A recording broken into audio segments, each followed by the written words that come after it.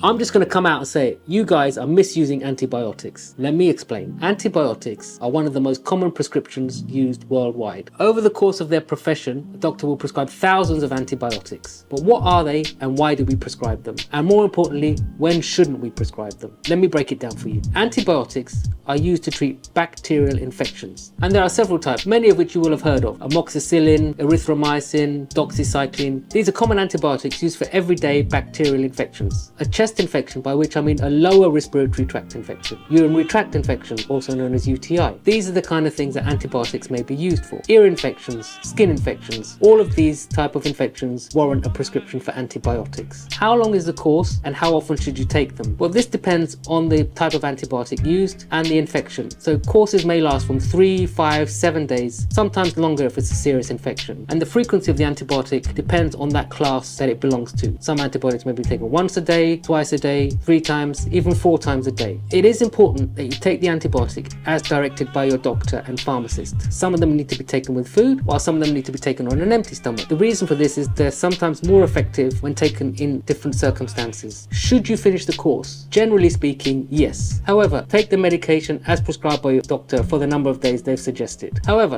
sometimes, and I've done this before, you may be given a course of antibiotics and told if the infection is better after X days, you can stop. But generally speaking, in order to prevent resistance, you should finish the whole course. If you're in any doubts, contact your doctor or pharmacist. So what are the downsides of antibiotics? Here are some of the things that you may not have been aware of but are important to consider. Antibiotics cannot solely target the area they are meant to treat. They circulate in the blood and obviously go throughout the body. So you may get side effects from them. Common side effects include gastric side effects, diarrhea, tummy upset, those type of things. Some antibiotics, particularly in women, may cause thrush. So it may be an idea to ask your pharmacist to prescribe some cream to prevent that happening. A really important thing that we're becoming more and more aware of is the effect on your good gut bacteria. Your gut microbiome is essential to your health and well-being, and antibiotics absolutely devastate this. So it's important to be aware of that and think about what you can do to help mitigate that problem. Number 1, don't take antibiotics for an infection that doesn't need it. We'll come on to that in a bit. Number 2, can you take stuff to help with this? Yes, live yogurts, kefir, a fermented drink, usually made with milk. These contain a whole host of pro and prebiotics which are really helpful for your gut health and may minimize some of the adverse effects of antibiotics. Obviously, any drug can have side effects, some of which we've talked about, but some of them can actually have adverse reactions. So you may develop an allergic reaction to them. This can range from a simple rash to an anaphylactic reaction, which in itself is a potentially life-threatening reaction. So in summary,